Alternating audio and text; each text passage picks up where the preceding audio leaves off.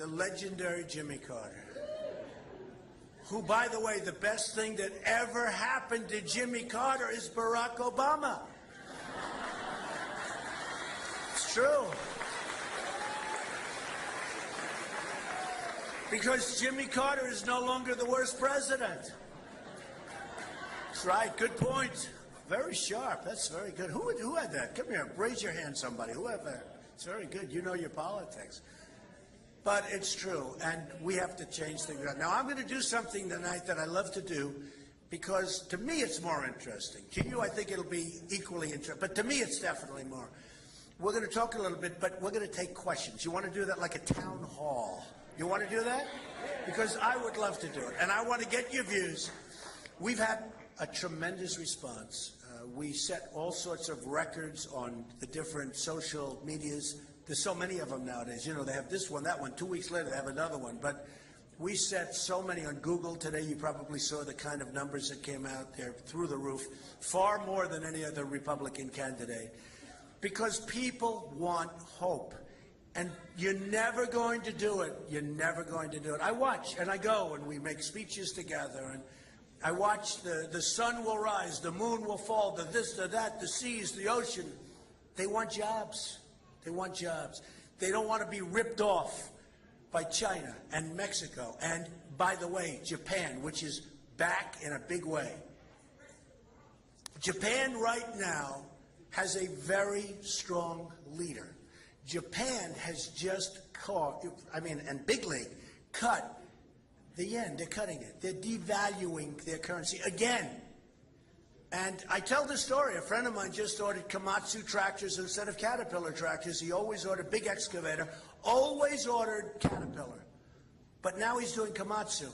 He said, Donald, I owe it to my family, to my wife, to my employees, to my company.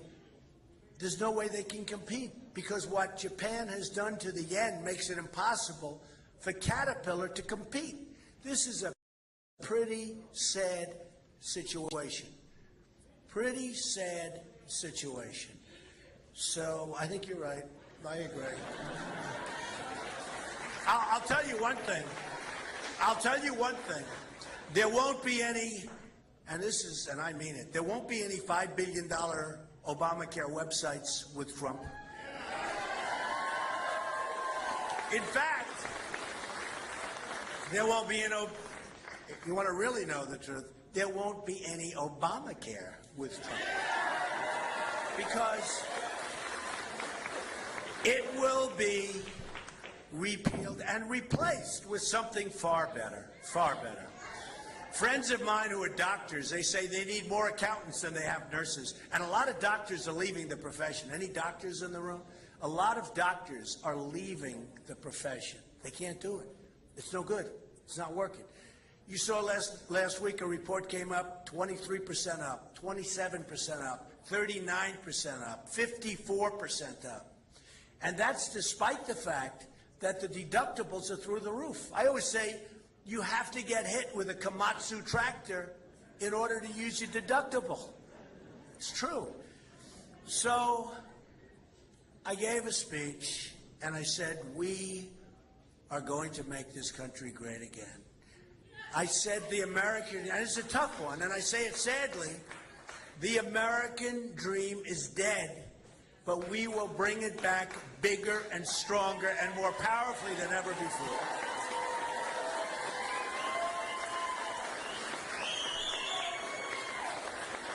Politicians are all talk and no action. Look, I've dealt with politicians all my life. It's just like this Club for Growth crap. It's just like Club for Growth. You know, I've dealt with these guys all my life. I deal with these people. All talk, no action. Now, Club for Growth does action. They sent me a bill for $1 million. But politicians are all talk and no action. And I'll tell you what, our country is dying because of it. They're dying.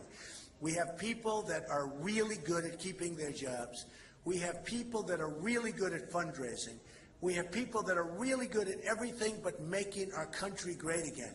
And we can't let it go on. We can't let it go on because we can't continue a couple of more years of what we've been going through. Last week, the gross domestic product, GDP, came out. It was less than zero. Less than zero. It was negative, correct? It was a negative. You look at the different stats coming out, and I think we're in a bubble. I don't like predicting bubbles. Bubbles bad for me, bad for everyone. I think we're in a bubble. We have artificially induced low interest rates. We have a stock market which is ridiculous, which benefited me. I actually bought stock. I was very good. I bought stock. I said, how can you not when you get the money for free? But we have a false stock market. We have a lot of problems, and we have unemployment that's probably close to 20%. The real number. I'm not talking about 5.6%. I'm talking about the real number. You look, I go to a job. I'm building a big hotel in Washington or Pennsylvania Avenue. Anytime they know I'm going to be there, there are 100 people on the street trying to get a job. They hear I'm driving up. The street is loaded up with people wanting to know if they can get work. That's not 5.6%. There's some bad things going on in our country, and we will take care of it. So we're going to take some questions now, and it's a great honor. You know, we've done fantastically. New Hampshire, I have so many friends in New Hampshire. A poll came out recently that had me doing unbelievably well, and that was when everyone thought I wasn't running. You know, so many people said, he's not running. He's not running. Why would he run? They said actually two things. Why would he run? He's got this great lifestyle. He's got this wonderful business, wonderful family. Why would he do that? Because I want to make our country wonderful. Number one. And then they said he'll never run because he's not as rich as everybody thinks. So I gave him a financial statement yesterday. I'm much richer by like 4 times. I'm much richer than people think. And I don't say that in a braggadocious way. Like close to $9 billion. It's a lot of money. But you know what? I'm not saying it braggingly because, as you know, Mitt let us down. He let us down. I don't know if he choked. I don't know what happened. You know, it's like an athlete. You can't sink the putt. You can't hit the ball with the bases loaded in the 9th inning. Something happened that was not a good situation because that was an election that should have been won by the Republicans, okay? Got to close the deal. Who said that? I like that. You got to close the deal. Didn't close the deal. Looked like it was going to be closed, never got closed. And, you know, say what you want about Obama. Every night he was on the television. He was on Jay Leno. He was on David Letterman. He was on, I said to Mitt Romney's people, why aren't you on television? Why aren't you doing it? You have no choice. We can't let that happen again. You can't have another 4 years like what has been happening. So we're going to do something that's going to be very bold. And the reason I mention, and I say this, the reason I released my financials way ahead of schedule, and by the way, I'll do all of the official filing. You either have 30 or 45 days.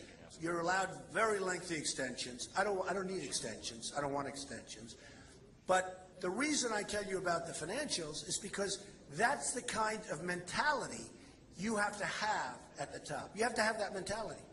You have to have somebody that knows that we got to make money in order to be rich, because if we can't be rich, we can't take care of our vets, which we're not doing, by the way.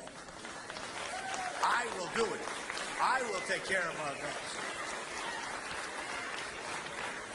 We can't rebuild our military. What about this? We go over to various places. We give billions of dollars of equipment to the military. One bullet gets fired up in the air, one bullet, and they leave. The Iraqis, practically anybody. So the other day I see we lost 2,300 Humvees. Now, how do you lose? You know, I figured 2, 1, 5. What? 2,000? How do you even get them over there? 2,000. And these are really armor-plated, very expensive, I'm sure the finest, which right now the enemy has. Because a bullet got fired. Boom. And there's a bullet. Let's get the hell out of here. The stupid Americans gave us 2,300 of these beautiful vehicles, and we're out. We're gone. And we're losing that all the time. They have the best weapons, the best. They don't even have to. You know, they have the ultimate thing.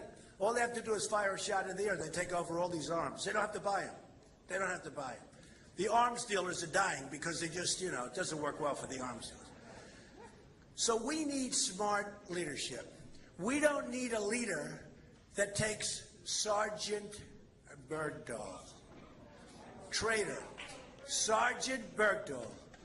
6 people killed trying to find him. He's a traitor.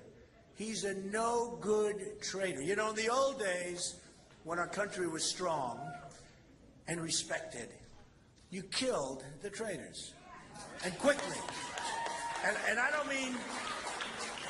don't mean killed the traitors with a 9-year trial and then an appeal that takes another 5 years. I mean it worked out very rapidly.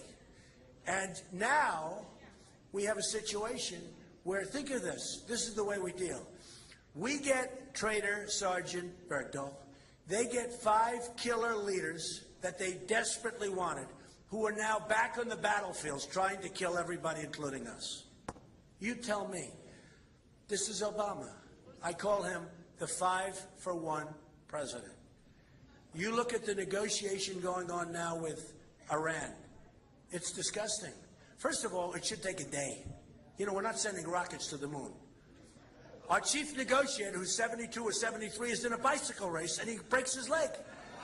No, Secretary Kerry, I promise you one thing. I will not be in a bicycle race. I will be on the phone doubling up and tripling up sanctions so that we are in a position to make a great deal. You know, that's an amazing negotiation to me, because it should go quickly, but that to me is an amazing negotiation.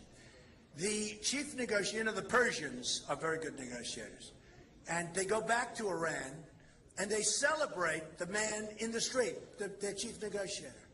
Obama gets up and makes a speech and says what a great deal we're making. It turned out to be wrong. Just like Obamacare was the big lie. So many things in Obamacare, the lie. They call it the big lie. Well, Obama said all sorts of things about the deal. It turned out not to be true. In Iran, you saw what happened. They disputed what he said. They turned out to be right. But if you're making a deal, for all of the business people in here, and I see a lot of them, if you're making a deal and you're not finished, and you say, let's take a week off. Now, you know why they're taking all this time off? Because they're doing a lot of bad stuff. It's called tap, tap, tap. I do that. Sometimes I don't want to make a deal. I'm not sure if I want to make a deal. I want to just hold it up a little bit. Maybe I don't want somebody else to make it. I call tap, tap, tap. So I said, hey, listen, can we meet next week? I'm on vacation, blah, blah, blah. In the meantime, I'm looking at 40 different things. Well, that's what they're doing here. It's tap, tap, tap. We're not even meeting. But think of this. If during this period of time, very importantly, during this period, oh boy, look at this handsome guy going.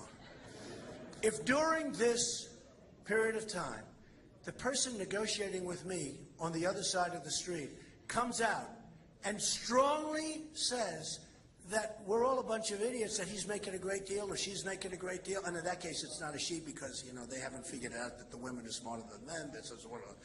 But you break up the deal. You leave. Here they are abusing us mentally. They're saying they don't know what they're doing. They're terrible. One of the generals comes out and essentially says we're going to wipe Israel off the face of the map, which is unbelievable and terrible.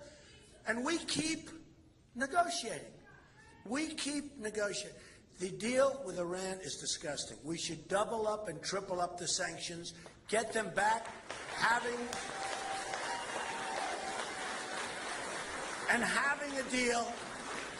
Having a deal is a wonderful thing, but we have to negotiate from sanctions. We don't know what the art of the deal is.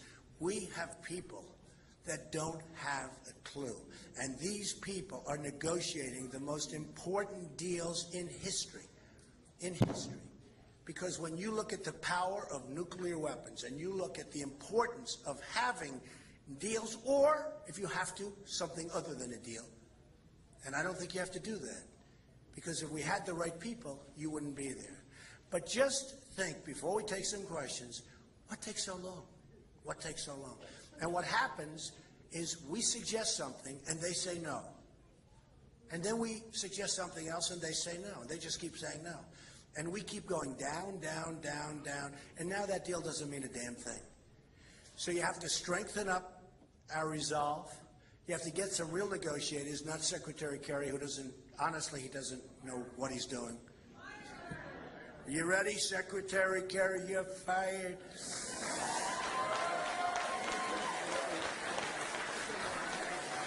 Well, you know, I don't really have to fire him. It's not nice to fire him because he's lying in bed with a broken leg. So what the hell do we have to fire him for? He's already sort of fired himself when he did that. So we have a great country. We have great people. We have to save our country. We have to save our military. We have to help our vets. We have to get rid of Obamacare. We have to do so many things. And we can do it. We have to get rid of the executive order where people are allowed to just flee into the country. Just flee right here, like water. And by the way, Mexicans, I love Mexicans. They're great. I have so many friends, Mexicans. But the people that are coming into our country are in many cases brutal. You got the drug guys, you got rapists, you've got killers, you've got a lot of really bad. And if you think about it, doesn't it make sense? Are they going to send their best and their finest? I don't think so. And then they come in, and you look at what's happening along the border. I met with a border guard, 2 border guards, at a wedding. It was a wedding at one of my clubs. And frankly, I saw the bride. She was beautiful, but I was less interested. I wanted to talk to these 2 guys. They said, oh, yeah, what do you do? We're border guards. Can you believe it? I said, perfect, let's talk. So I said, hello, bride, my club. You know, they don't actually pay me anymore if I show up, but I just happen to be there. And I talked to them, and they said, Mr. Trump, these were 2 great guys, strong, powerful guys, good guys. They said, Mr. Trump, you wouldn't believe what we're allowing to come into this country. What we're allowing to come into this country is the ruination of what we all stand for. And these are wonderful, great Americans. And they want to see it, but they're powerless. They're powerless. And they're walking right through the southern border. And I can tell you, and I've said it, I will build a wall that will be so good and so bad. And you have to do it. You know, and I've said this a lot, but without borders, you don't have a country, essentially. You really don't have a country. So let's go with some questions and make them wild and crazy and whatever the hell you want. Do we have a mic around here, Keith? Is there a mic? Oh, this man has a mic. Okay, give it to this guy right over here in the beautiful blue shirt. I don't have teleprompters. I like it. You know, it's interesting. I actually made the speech. It was close to an hour, and I didn't have teleprompter, and I had very few notes or anything. And they were sort of amazed. And I said, no, if you're running for president, you shouldn't be allowed to use a teleprompter because honestly, it's too easy. They write up your speech, you amend it a little bit, you stand up and you read for an hour.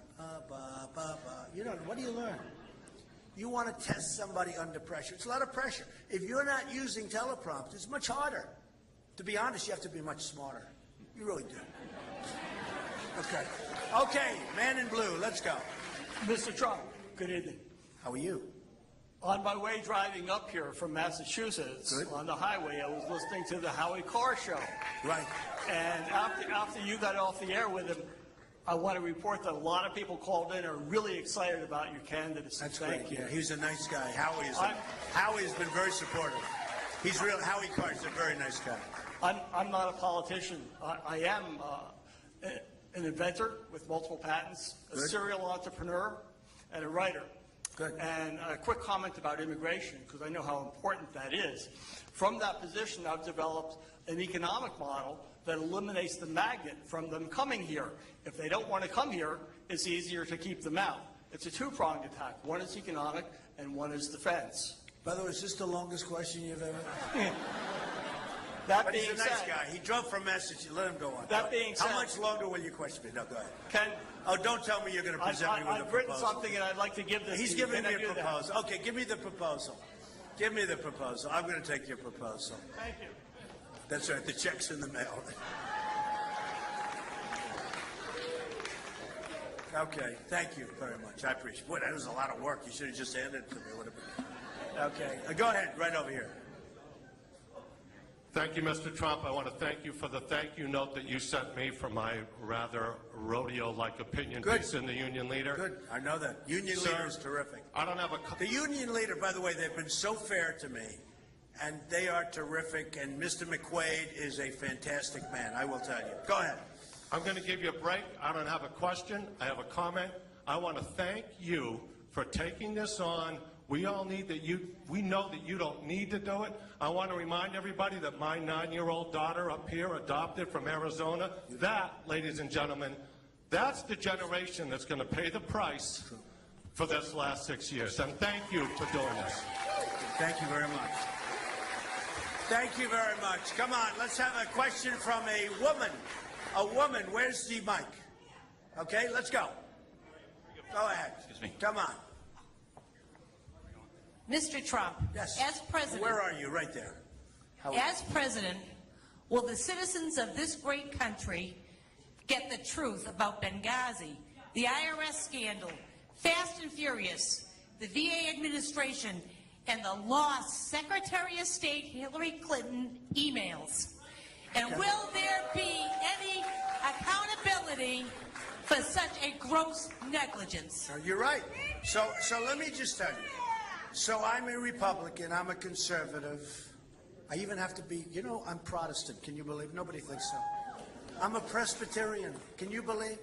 So I'm a conservative Republican Presbyterian. That's nice. But you know what? What you're asking is very interesting because we know where the Democrats are coming from. We know where the liberal Democrats and the liberals are coming from. But what you're asking is something that I really get angry about.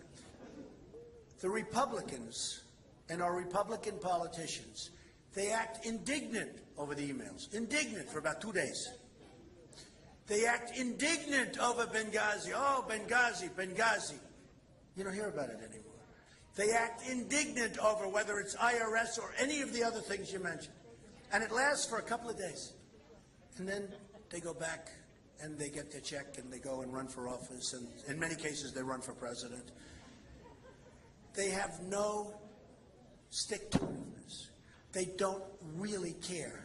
Maybe they don't want to upset the apple cart. So I know where the Democrats stand, and I fully understand that. That's okay. What I'm disappointed is our Republican politicians. It's all talk and no action. Always. Always. Always. Now think of it, the emails. The legendary Rosemary Woods. Anybody here, Rosemary? Wasn't it 18 minutes of a tape? Here's hundreds of hours and days and months of emails. That's our modern day tape, right? Nothing happens. You get a subpoena and you say, oh, I have a subpoena from the United States Congress. And you delete everything. You get rid of everything. The server's gone. Everything's gone. Now, if that's Rosemary Woods, or if that's a Republican conservative, they're gonzo. It's over. So what happens is we have two standards. We have a double standard. But we have Republican politicians who don't even talk about this anymore. And I happen to think it's the most serious thing to talk about. So I can only pledge to you the following. I will be bringing it up, and if I win, that will become the central part of the race. The central part. Because what you said, I think it's going to be my best question tonight, because what you said is so important. But the ones I'm really disappointed, we have had so many opportunities to do some real productive work, and the Republican politicians don't have the guts to do it. They don't have the guts. So, well, all politicians, but the Republican politicians, the Democrats, we know where they are.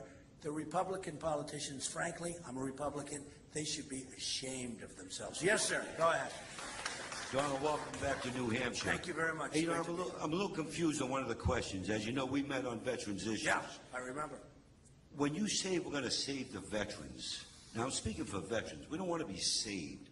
I need to know, what do you mean? You want to be taken care of. Right. We want promises that were made. We want veterans health care, PTSD, TBI. Right. I want to know what is your intent?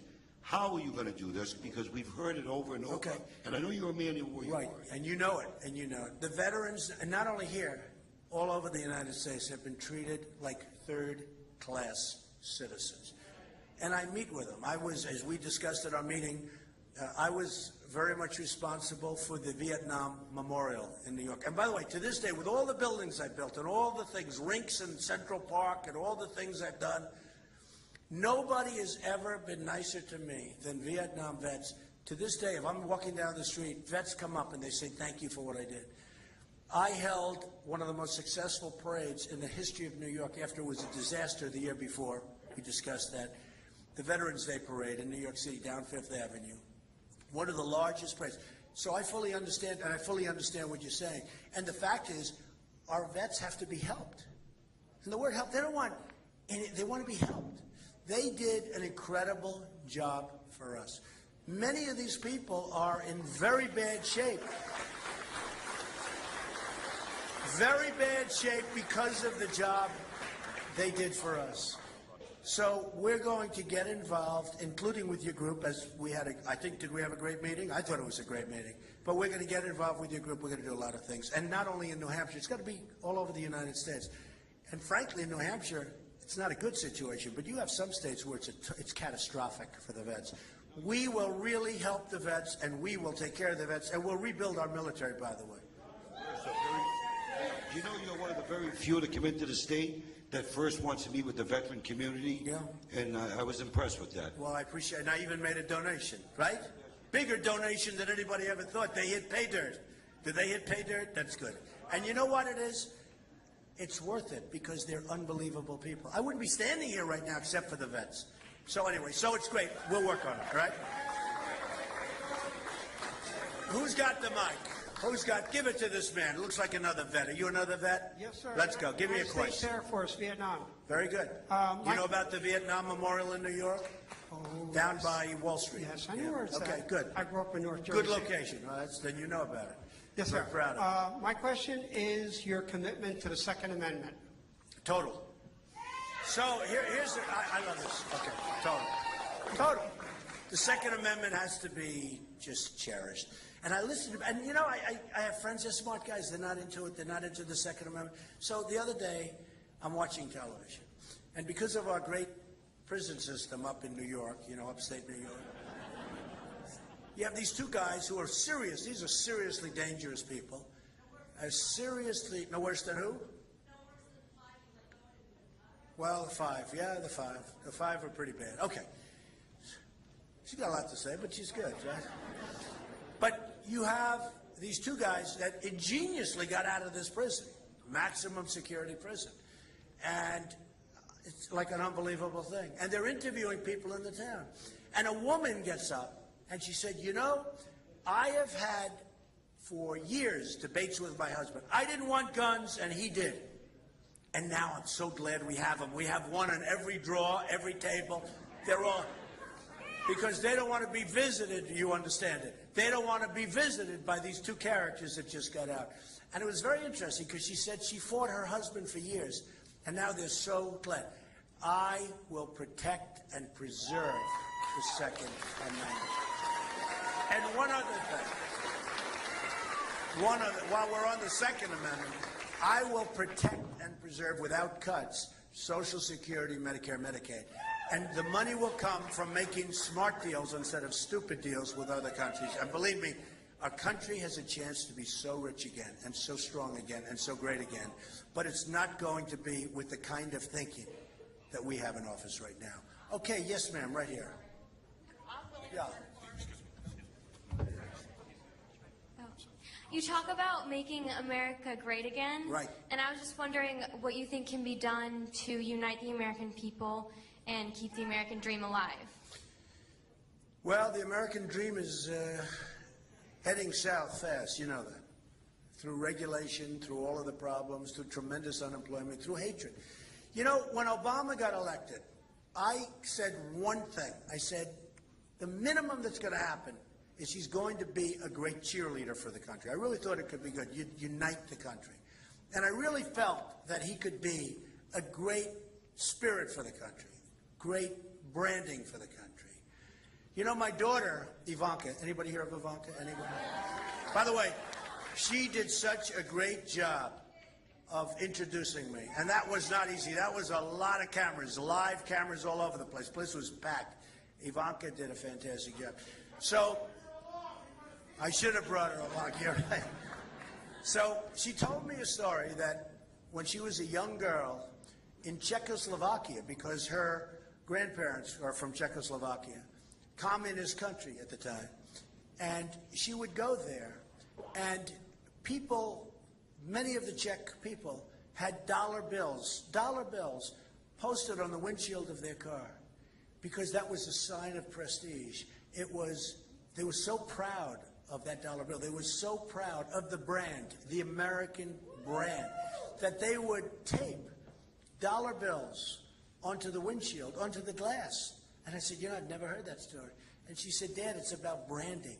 They loved the brand. They loved the United States brand. They loved our brand. That doesn't happen anymore. And I really thought that President Obama, at a minimum, would be, and by the way, different party, different everything. I would love him to be a great president. It's not going to happen. But I would love, if he were a great president, I'd stand before you and say, you know what, we have a great president. And most of the people in this room, other than the stupid people, would say that's great for the country. I don't care about party, I would love for him to be a great, if he were a great president, I would say he was a great president. But we can't say that. But think of that story with the dollar bill. I thought it was so poignant and so amazing when Ivanka told it to me. And now you go and there's nothing. In fact, now we're laughed at, we're mocked, we're scorned, we're not respected. That's one of the reasons ISIS, you guys, the military guys, they have no respect for us. Do you ever see a thing where we have a war and we tell them everything we're going to do? We're going in 2 weeks, we're going to be doing this, we're going to be doing that, with this, that, blah, blah, blah. And I'm saying, can you imagine General MacArthur and General George Patton? They're spinning in their graves listening to this. We catch a mid-level, upper mid-level accounting guy from ISIS a couple of weeks ago. Instead of capturing him and killing him and keeping it quiet, what do? News conferences. Well, now all the other thousands of them are all scattered in the oil. Okay? Why the hell can't we shut up? Just shut up.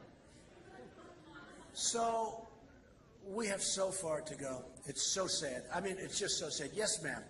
Back there. Yes. Welcome back to New Hampshire, Mr. Trump. Thank you. I've actually done your makeup before. I'm a makeup artist politically. Good. Oh, good. So when did you do my makeup? When? We'll connect, but I'm talking tonight to you. Wait, before you stop. Yeah. Is it my real hair? It's looking great, though. No, it is my hair. Yeah. Yeah, it's all good. Good. Yeah. That's right.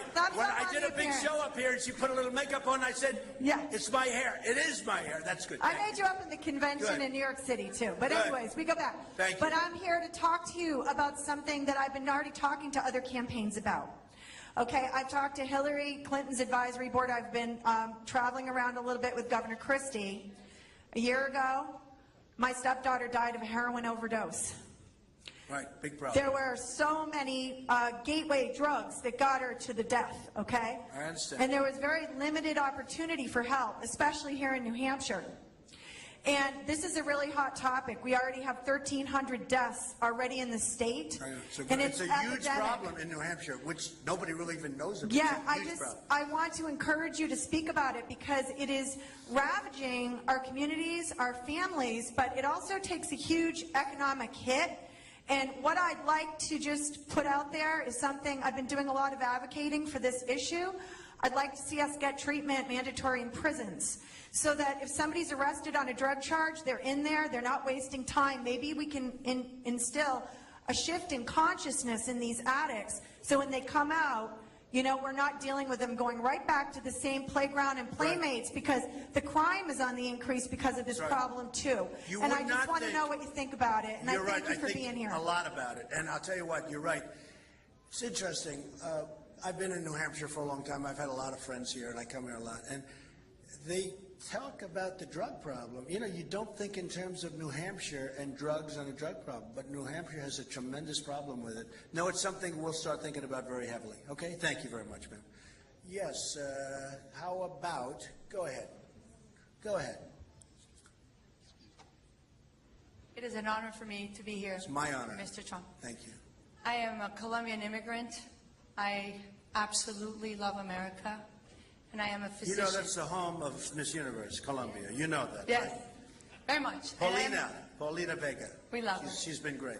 Okay, go ahead. But I'm most concerned about our physicians, which is my career. And we need to worry about apathy, and we need to care about the doctor-patient relationship, and we need to bring that back. We need to bring America to health again. What is your plan? Well, my plan is very much different from what the plan is now, because to now, you're a doctor, right? And you're signing, every time you see a patient, you're signing your life away, and you're signing papers all over the place, and you're doing, I mean, what you're doing is incredible. And we have to bring it back where you take care of patients and simplify it. We have to simplify the system. You know, I told you before, I have doctors where they talk about how many accountants they're using, they never had this, but I have many doctors, friends, who are young, not old, where they want to retire. You're not going to retire, I hope. But they want to retire. You understand it. They want to leave. They're going to leave the profession. You retired already. Okay, well. Okay, well, that's, some do that, by the way. Some do it. It's very much simpler, but a lot of people aren't able to do that. So we will simplify things. We'll simplify a tax code because right now it's out of control. We'll simplify that whole situation. But we can't lose the doctors. We don't have enough doctors already, and we can't lose the doctors. So we'll take care of that. There's so many things. So many things can be taken care of easily. Some are tough, but so many. I heard, you know, when we talk about building the wall, the Great Wall, I heard some pundits, well, you can't get Mexico. Of course you can. They said, Trump can't get, why can't I do that? I watched these people on television today. Well, when Trump says do the wall, they won't agree. Of course they will. They make a fortune with us. They make a fortune. Between the oil and the cars and the economic development and the fact that you lose all your factories, they move to Mexico. Of course they're going to pay for it. Trust me, they're going to pay for it. They'll pay for it. Just relax. But I watch these total novices on television. You know, they think they're smart and they're dumb as rocks. And they tell me, Trump won't be able to. Watch. Watch. Okay, go ahead, sir. Thank you. Hey, Donald Trump. This to me is fun. I love this. Are you having at least a reasonably good... Okay, go ahead. Great to see you, Donald Trump. My name's Brian Henshey. I live here in New Hampshire, at Brian Henshey on Twitter. Just want to ask you a question, which is... That was interesting. Am I supposed to tweet him now? I'm into self... Wouldn't you be shocked if I got home and tweeted you? Wouldn't you? How could you, Donald, be against self-promotion? That's what I'd like to know. Say it again? How could you possibly be against self-promotion?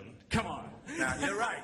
Okay. So Maybe that's why I like him. Go ahead. So my question for you is, so obviously when Obama became president, he had a huge, ridiculous spending stimulus, which did nothing, and so we all went into more Nobody even knows debt. where the money went. Yeah, And it was so massive. my question for you is, how in the world are you going to unleash the American economy and get it to start kicking some ass again? Okay, well... And I should mention, Donald, I was unemployed for 11 and a half months until 2 weeks ago. Good. You So have a good I job? finally Did you get a good landed job? a solid Did professional you get a good job? Finally, yes. That's It good. took almost You know, a year. Thank when you. you talk unleashing, what we have to do is bring our jobs back from all of these places. We got to bring our jobs back from China. We have to bring our jobs back from Mexico. We have to bring our jobs back from... And it's not just China, it's every place. And we don't...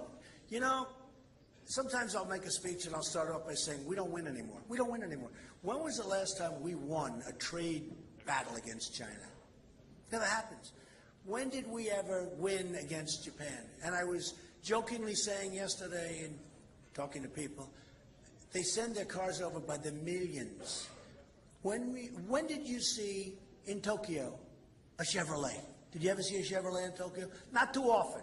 Maybe. Got to be a couple, right? But it's a one-sided deal. We don't take care of our people.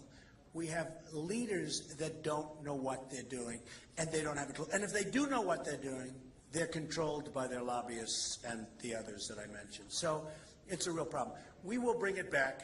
We'll get it back, and we'll get people working again. What we need, and by the way, the best social program is a job. You got to get people working. It's a job. Okay, let's take a couple of more.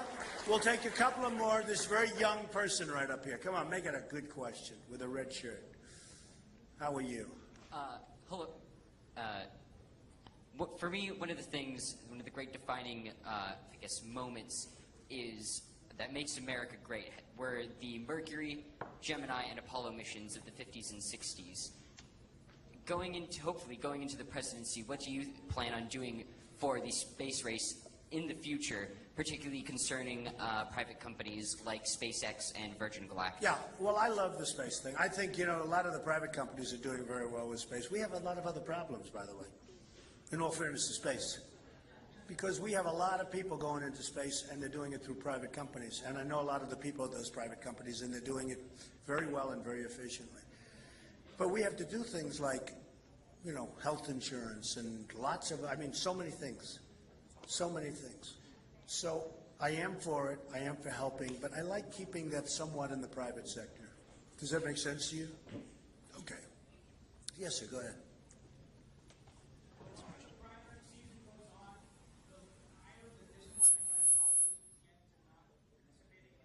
Right. What is your thought on how to make this more efficient as a process to not lose those voters? You talked about the primary season, make it more. So, you know what I say? I don't know. I've never done this before. Look, I've always heard, and I've heard this from many years, and you probably have heard, that a very, very successful person can never run for political office. It might be true. It might be true. Somebody said to me the other day, Mr. Trump, you have a terrible personality. You'll never be able to get votes. Might be true. Actually, people like me. I'm actually a nice person. Thank you, man. I love you, too. But you know what? I have great friends. But the people that know me like me, other than a couple who I don't like too much, they're bad people. Some of the Wall Street guys that are ripping us off, I don't like too much, but that's okay. But you know what? I've always heard that a really successful person cannot run for office, political office, especially for the office of president. And we're going to find out. I don't know. We're going to find out. Let me tell you, I really am very smart, and I'm very competent, and I'm really good at business, and I can make this country so rich and so great again. But maybe people don't like my smile. Maybe they don't like my hair, which is real, by the way. Look at that. Come here. Come here. Come here. Come on up here. Come here. Get up here. Is that sucker real?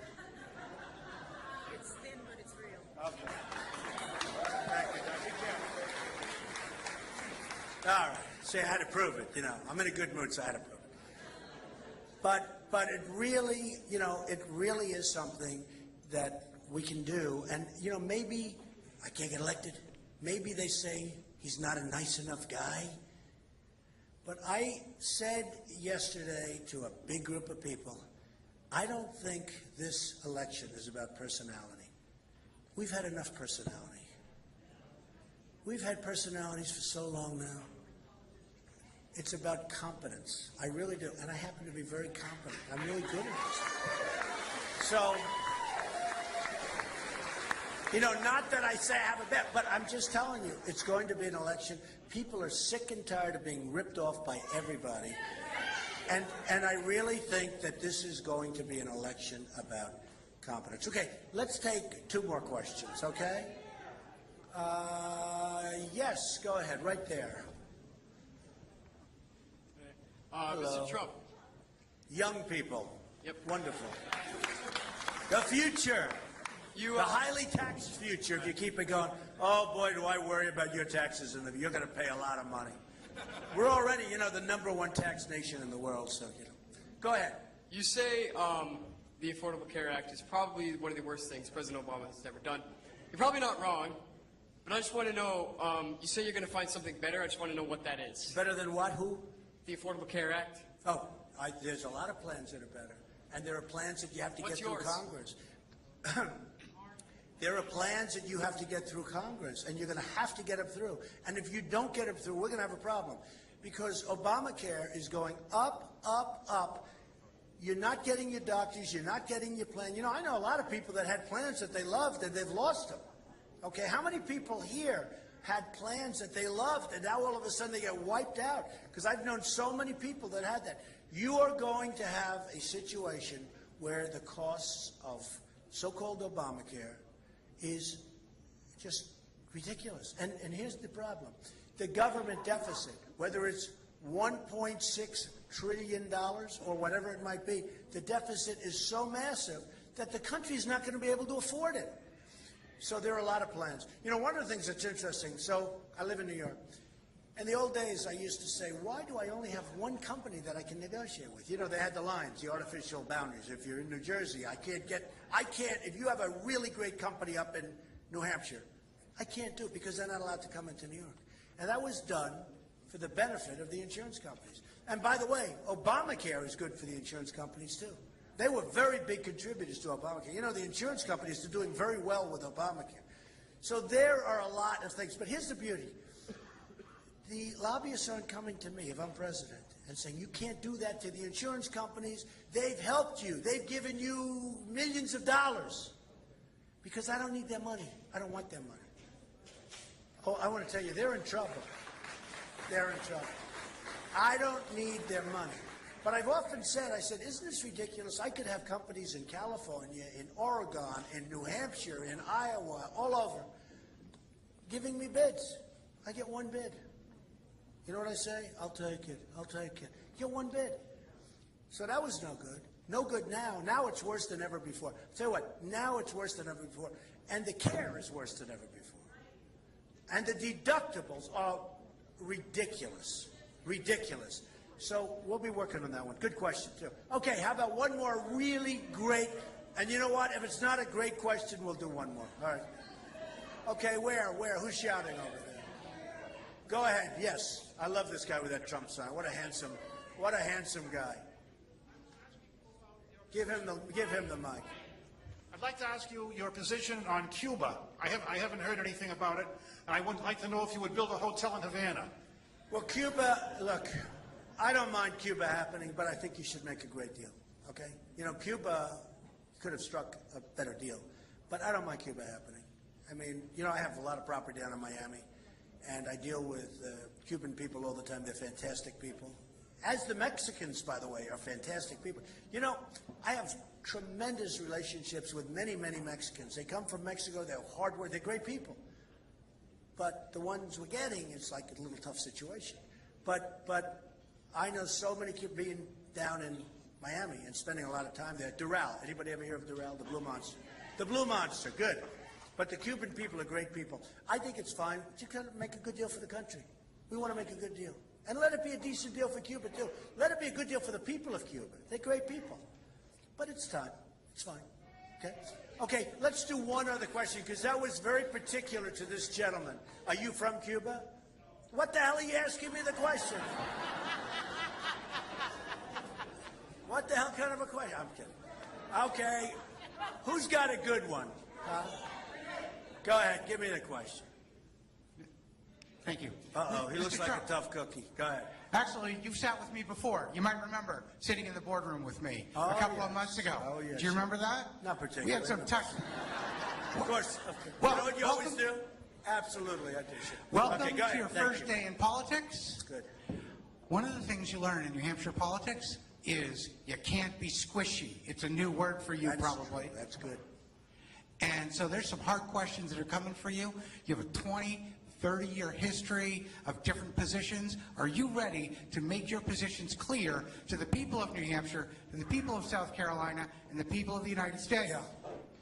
I think the answer to that is pretty obvious. I mean, I wouldn't be doing, I don't need this. I don't need this. My family says, what are you doing? Why? I think the answer is obvious. I'm good at it. I know how to do it. I know how to make us so good and so strong. So, look, I'm going to end it this way. The people of New Hampshire are incredible people. Somebody said to me, I was just leaving New York, and they said, what are they like?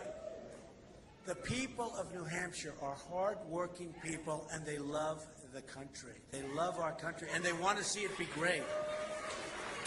So, what I'm doing, I announced, I'm running. I'm going to work hard. I've done a lot of good things. I'm not doing this for me. I'm doing this to make America great again. And we're going to do it. And I want to thank you. It was such a great crowd. I want to thank you all for being here. I will be back many times. I love this area. We'll be back many times. And thank you all very much. This was so much fun. Thank you. Thank you. Thank you very much. Thank you.